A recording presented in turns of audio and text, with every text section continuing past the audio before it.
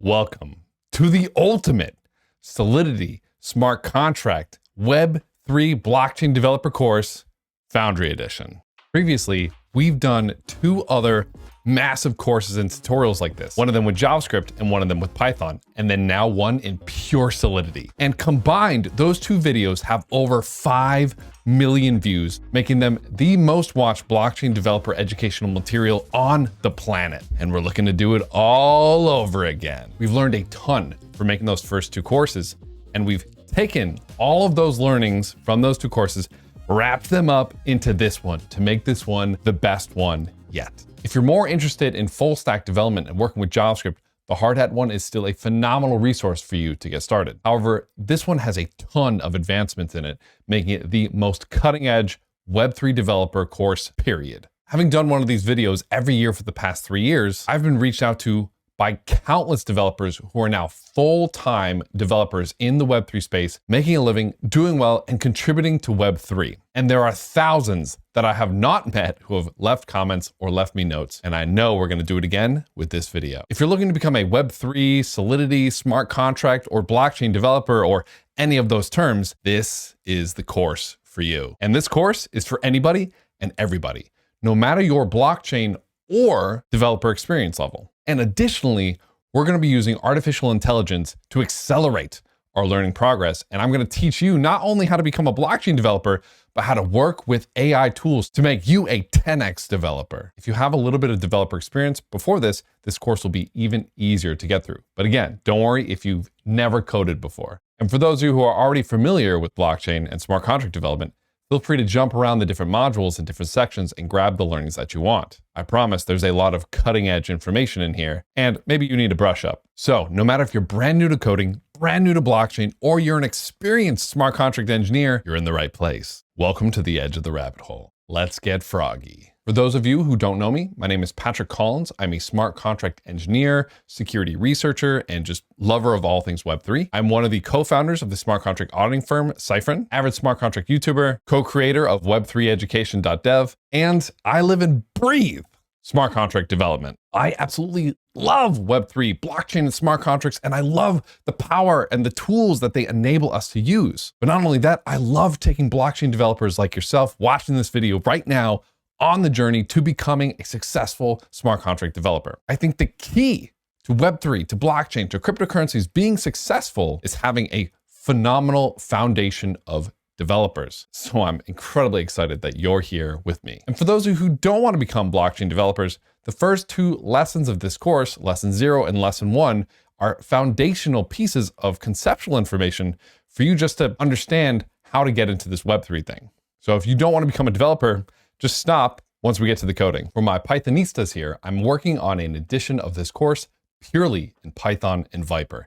Stay tuned for that as well. In any case, I'm incredibly excited for your journey. This is a data dump passion project of all the knowledge that I've collected over the past few years of working in this industry and being a smart contract developer myself. And at this point, I have the track record to show that I am 100% confident that if you follow along, if you code along with us, if you follow me on this journey, you will come out the other side armed with the knowledge to be a positive force for the cryptocurrency and blockchain industry. Smart contract and Solidity developers are massively in demand, with an average salary being around $145,000 a year. And with AI coming in place, it's becoming even easier to get up to speed quickly. But only those that understand the technology truly will be able to take advantage of all these advancements. AIs get stuff wrong a lot. So we especially need the knowledge to fact check whenever AIs get things wrong. Being here, you have the opportunity to be a pioneer, ushering in the age of Web3, of cryptocurrency, blazing the trail of where this phenomenal industry has yet to go. Like I said, this isn't the first time we've done this.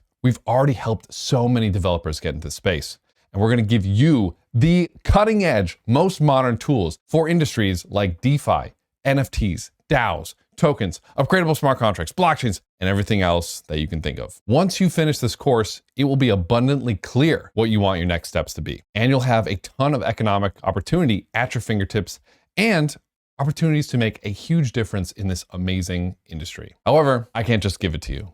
You have to come with me on this journey. You have to take the step. Despite what you might think you know, cryptocurrencies and smart contracts enable a more accountable world, a more transparent world, a more collaborative world, a world where promises can't be broken. And that's a world that I want to live in. We'll learn more about the purpose of smart contracts and the purpose of blockchain technology in lesson 1 of this course. And then, of course, we'll teach you how to build it. So before we even get started, I want to give you a huge thank you for even being here on this video and listening and being interested in engaging in this phenomenal technology. So thank you for being here and welcome to the rabbit hole, because we're about to drop down. With that being said, let's get froggy. So let's begin our journey by talking about some best practices. That way you can get the absolute most out of this course and be as effective as possible. Now, there are 2 links in the description that I want you to pause the video right now, go into the description and click on and open up.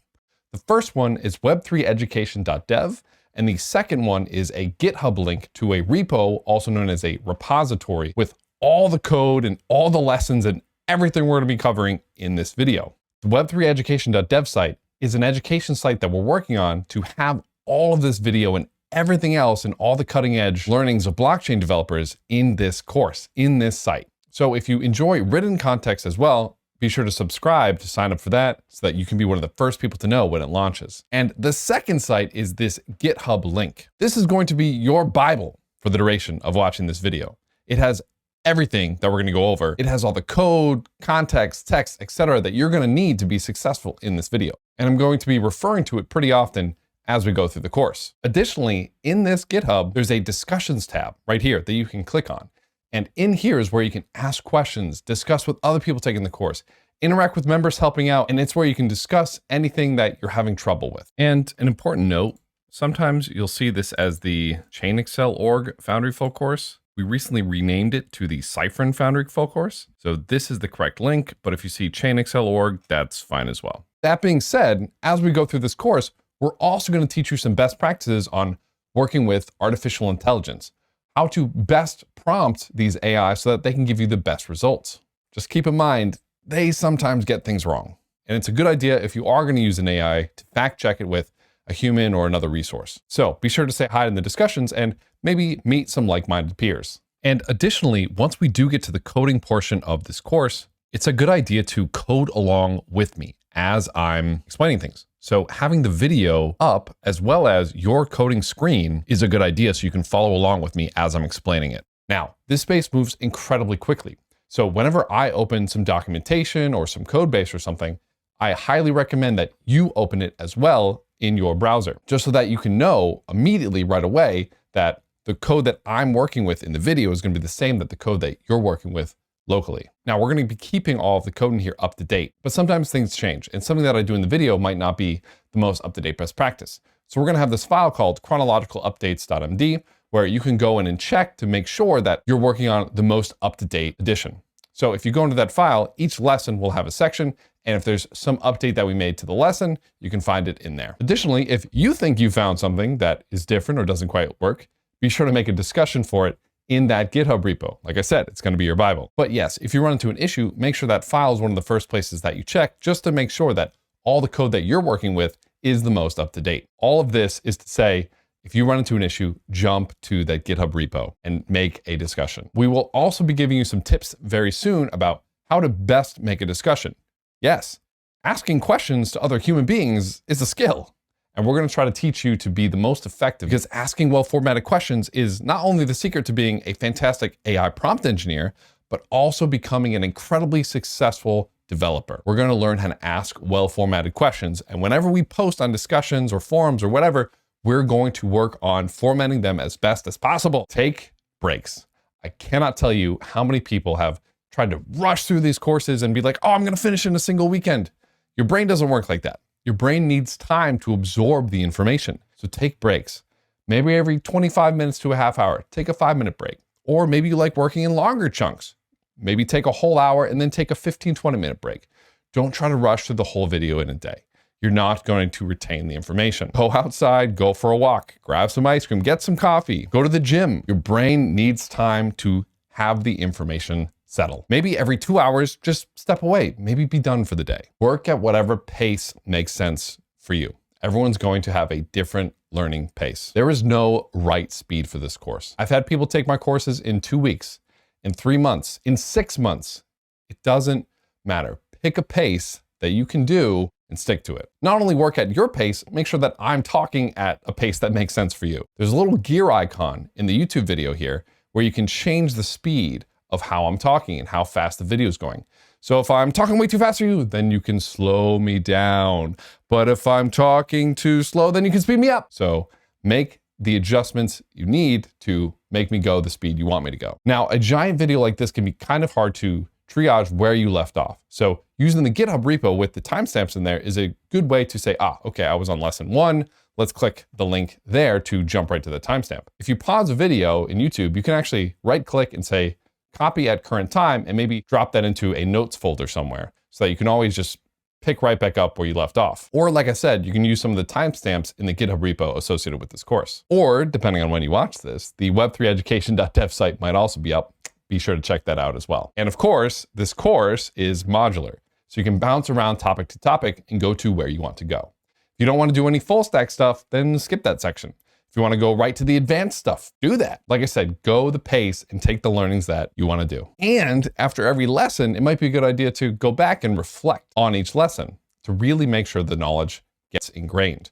Repetition is the mother of skill, and we're going to be repeating a lot of smart contract development. Now, additionally, at the end of every lesson, you'll see a little QR code that looks something like this. And there will be a link in the GitHub repo pointing to the same place that this QR code is pointing to. These are optional challenges that you can do to try to make sure that you actually learned what was meant to be learned here. And if you do solve them, you get a very cool NFT along with it. Don't know what an NFT is? Don't worry, we'll teach you later. Blockchain development and open source development world is incredibly collaborative. So be sure to use tools like, of course, the GitHub Discussions tab, Ethereum Stack Exchange, the decentralized Q&A forum, Piranha, issues on different GitHubs, artificial intelligence, and more. And like I said, we'll give you more tips on how to most effectively use these sites in the future. And the reason I'm putting so much emphasis on this, and that I will continue to put so much emphasis on this, is being a successful smart contract developer is more than just knowing how Solidity works. Knowing where to go for information and how to collaborate with people is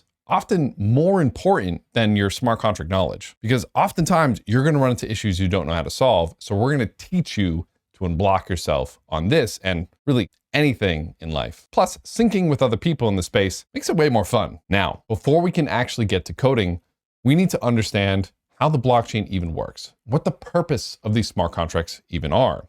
And this is essential to becoming a successful smart contract developer, because a technology is really just a solution, and a solution is only as good as the problem is. So we need to make sure we understand the problem really well so we know how to attack it with this smart contract technology. And the better you understand the smart contract technology, the better you'll be able to architect your smart contracts in the future and make really intelligent, really powerful systems that further this amazing industry. But if you already know the basics of blockchain, feel free to jump into lesson 2 and skip over lesson 1. So those are some of the best practices to be really successful with this course. But with that knowledge, you're now standing at the edge of the rabbit hole.